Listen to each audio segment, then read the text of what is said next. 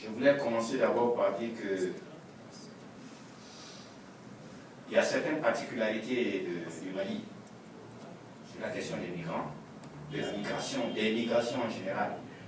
D'abord, le Mali est un grand carrefour des flux migratoires du Sub-Sahara vers le Maghreb, essentiellement à cause des restrictions d'obtention de visas des ambassades, et aussi parce qu'il y a des appels d'air qui font croire qu'il y a la route pour aller au Maghreb, et de là, les passeurs font circuler les gens sur la mer Méditerranée. Donc le Mali est quand même un terrain de jonction des flux migratoires très important.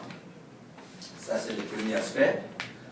Le deuxième aspect, pour la République du Mali elle-même, sur les questions de travail des étrangers, le Mali a une seule loi, avec juste quelques articles, dont l'article le plus important, c'est l'article LL1. Cet article dit qu'après 3 mois de résidence, pour tout étranger qui a ses documents, c'est-à-dire pour un étranger hors ECOWAS, il peut avoir du travail s'il a un patron qui lui délivre un certificat de travail. Donc, il n'y a pas de grande différence au niveau de l'embauche entre les nationaux et les non-nationaux. Il n'y en a pas dans le travail. C'est bon à préciser. Et aussi au niveau de l'accès aux soins, à la santé. Effectivement, pour l'accès aux soins à la santé, au Mali, les services de santé, on ne demande pas de papier pour quelqu'un qui veut se soigner parce qu'il est malade. Donc là aussi, les étrangers n'ont aucunement de problème pour accéder aux soins de santé ou pour accéder aux médicaments. Même les campagnes de vaccination ou les campagnes de santé publique, c'est tout le monde qui y a accès. Il fallait bien poser Et ensuite, pour dire que le Mali a ratifié la Convention internationale sur la protection des droits des travailleurs migrants et membres de leur famille. Le Mali est même rapporteur.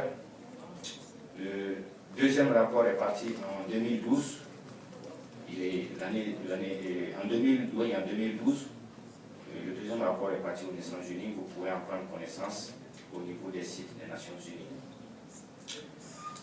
Voilà, le contexte est situé, mais aujourd'hui, comme vous le savez, depuis 2012, le Mali est dans une crise sécuritaire, on peut même dire politico-militaire aujourd'hui. C'est un pays où il y a la guerre.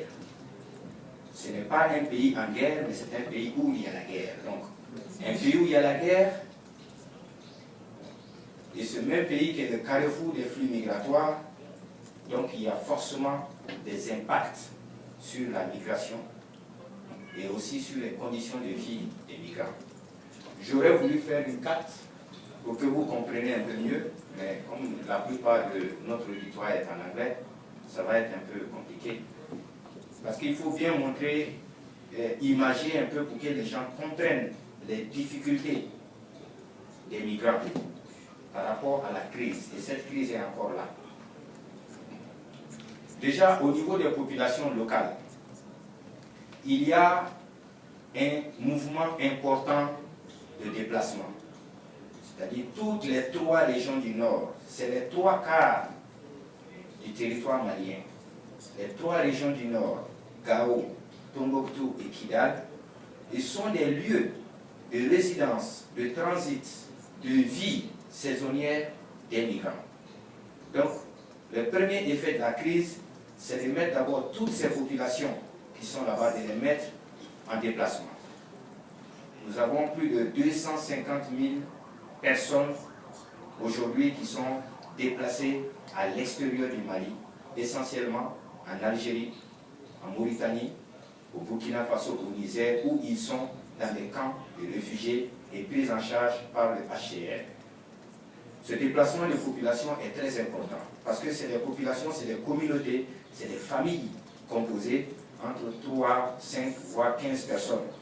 Et les prises en charge au niveau du HCR, pour le cas par exemple de la Mauritanie, c'est très problématique. Aujourd'hui, les autorités mauritaniennes, ils détournent la plupart des aides humanitaires que les systèmes des Nations Unies offrent aux réfugiés. Ils les détournent parce qu'ils disent que les populations locales de Mauritanie aussi sont des populations en difficulté. Donc, les réfugiés maliens n'ont pas la primauté de la distribution des vivres ou des denrées. En Algérie, déjà c'est un pays très policier, il n'y a pas d'organisation internationale qui a accès au camp en Algérie. Donc nous avons peu d'informations, nous avons certaines situations qui nous sont faites par nos associations partenaires qui sont en Algérie, mais le travail reste très difficile, le travail d'information reste très difficile. Au Niger, ça va mieux, au Burkina, ça va nettement plus mieux. Voilà, donc pour la question de nos populations locales, il faut prendre en compte, parce que c'est des déplacés, donc c'est des migrants aussi. Nous les considérons dans notre travail comme des migrants. C'est des migrants forcés. Vous avez parlé ce matin des migrants par rapport à la guerre, au conflit, donc c'est cela. Il y a maintenant, pour ce qui nous intéresse plus particulièrement, la situation de ce qu'on appelle même migrants qui étaient là avant. Il faut dire que la région, par exemple, du Nord, tout le long de la frontière algérienne, nous avons une grande masse de migrants saisonniers qui sont là, avant la guerre, qui sont là, quand ils sont expulsés ou refoulés d'Algérie, ils viennent au Mali, ils prennent du temps, ils se refont une nouvelle santé, un peu d'économie, et ils remontent en Algérie ou en Libye. Donc beaucoup font ces mouvements saisonniers d'aller travailler 6 mois, 8 mois, 1 an, et ils reviennent à la recherche des papiers ou d'autres choses, et qui remontent aussi vers la Mauritanie. Mais depuis que la crise a commencé en 2012, depuis le déclenchement, on peut dire de façon claire, le déclenchement des conflits armés entre les groupes djihadistes et l'armée malienne, ce sont des zones qui ont été occupées par les groupes armés djihadistes, islamistes, qui font régner la charia. On coupe les mains, on fait voiler les femmes. Donc les migrants ont été aussi dispersés. Aujourd'hui, nous faisons face à une situation de migrants errants qui sont dans une insécurité totale par rapport au conflit armé et qui sont dans la vulnérabilité par rapport aux groupes de trafiquants qui les font passer à travers les frontières. Donc la plupart de ces migrants-là, ce n'est pas beaucoup de Maliens, c'est une grande partie des Camerounais, des ressortissants de l'Afrique centrale, beaucoup, et aussi de l'Afrique de l'Ouest, des Sénégalais, des Guinéens, une grande masse de personnes qui se retrouvent en ping-pong entre l'Algérie, le Mali, la Mauritanie, et à la faveur des groupes de traite humaine. J'ai remis un document de 2 pages à nous, peut-être qu'ils auront le temps de le traduire pour que vous compreniez mieux. Mais la situation au Mali sur les questions d'immigration est très complexe.